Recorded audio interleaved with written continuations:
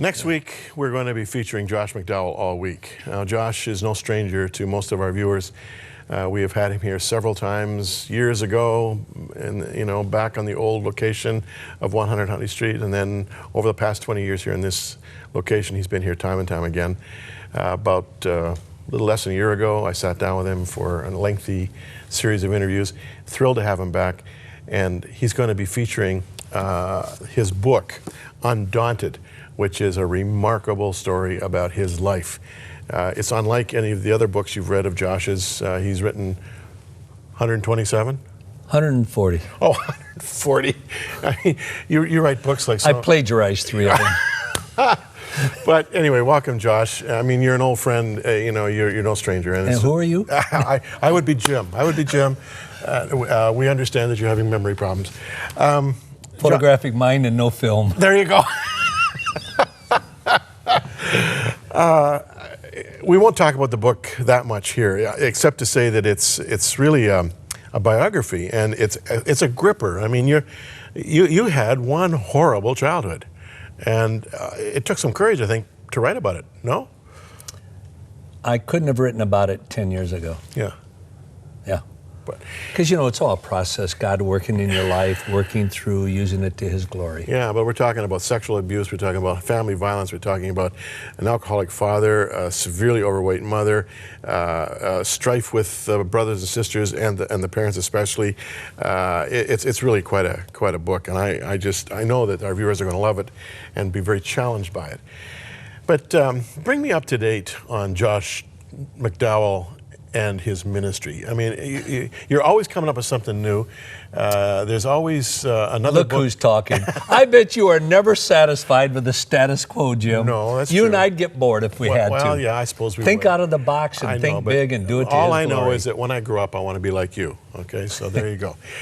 I hope someday you achieve it. Thank you, Josh. You're welcome. I appreciate it. There's probably... If I had to narrow my life down to one thing that motivates me, how I think, what I do, is probably a phrase that seems trifle and stupid to a lot of people, but meaningful to me. When somebody says to me, Josh, what is your purpose in life? And I simply answer, I just want to go to heaven, take as many people with me as I can, and enjoy every moment of it. Right. And I've never had a boring thought in my life, a few challenging ones, but never a boring thought. Now, you just flew in from Lima, Peru. What are you up to in South America? I'm on a 5-month, I don't even get home for another 2.5 months. Now, has Dottie agreed to this? Well, she'll be coming in 3 times. Oh, good. You have to understand, Dottie is more committed to what I'm doing than I am. Huh. No, I'm serious. Yeah. With most wives, they're in conflict with the ministry. My wife is pushing the ministry. What a woman. But I'm doing a 5-month tour. I don't know exactly. I think 28 countries, 39 cities, just for leaders. Pastors, youth volunteers, and key parents. It's called in Spanish, La Verdad Desnuda, the bare facts on sex, love, and relationships. It's to help the influencers of young people to understand what's happening as a result of the internet with pervasive sexual immorality, pornography, everything, that if we parent the way we have in the past, we will lose our kids. If pastors preach in the next 25 years the way they preached in the last 25, kiss the church goodbye. And so every other day for over 5 months, for the most part, I'm doing a 10-hour straight seminar in Spanish. In Spanish? And when I'm not speaking, I'm autographing books for My goodness. 10 straight hours. And the other day, I'm traveling to another city. I'm not sure anyone's attempted this in history. And so far, I'm a little over halfway through, and I feel great. I'm fatigued. I'm not tired. I'm fatigued. But I got 6 days to recoup with my entire family. Oh, wonderful. Over the whole coming weekend. Oh, that's and but I realize that we've got to wake up the church to the pervasive sexual immorality and pornography on the internet. Now, I think next week we'll talk about that, because it's something that deserves more than just a few minutes in an introductory interview.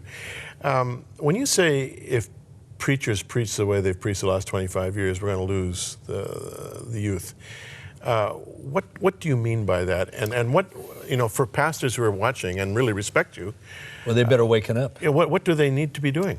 Let me say this. Now, boy, I'll get some negative review with this.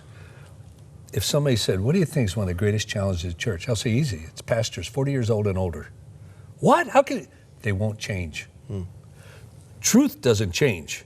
But the way you present truth better change, Jim, or you're irrelevant, even with the gospel. Here's the problem.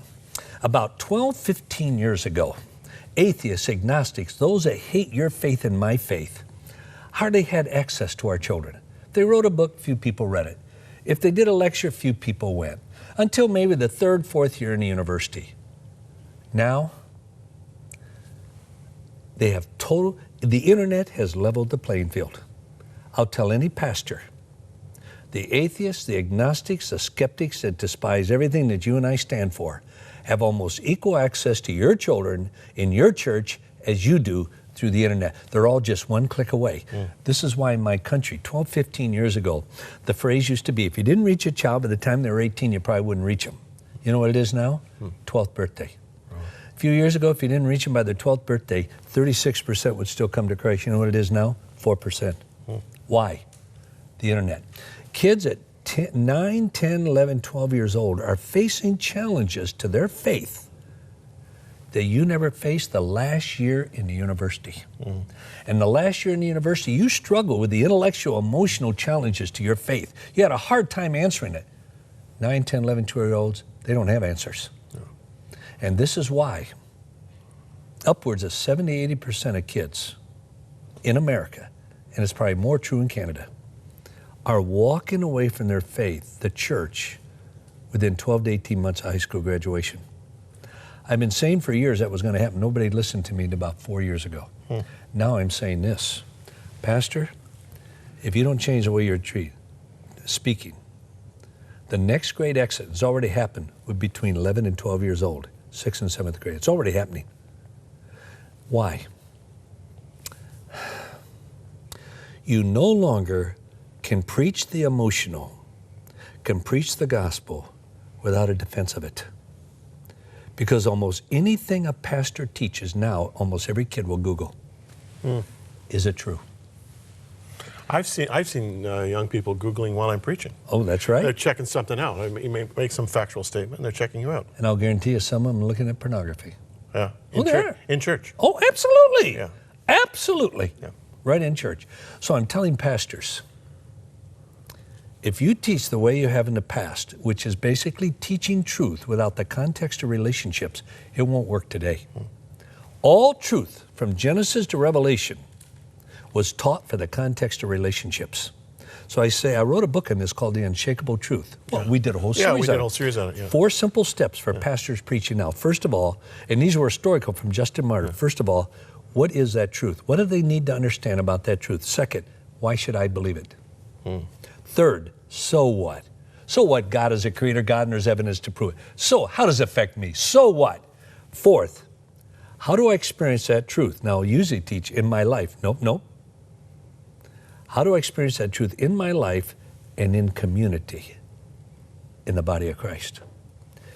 Those are the 4 steps all the way back to Justin Martyr, for I believe teaching and speaking in the 21st century. What is that truth? Why should I believe it? So what? How can I experience it in my life and relationships? No, this is unfair to ask this question with only a minute and a half or so to go, but you're in the Southern Hemisphere right now. Is there a challenge in terms of communicating truth in the Southern Hemisphere that there isn't in the North? Nope, absolutely none. Same? Nope. All culture is irrelevant. The Canadian culture is worthless. I bet you've never had a foreigner say that in Canada. No. I'll say it. It's worthless. American culture, worthless. South America, China.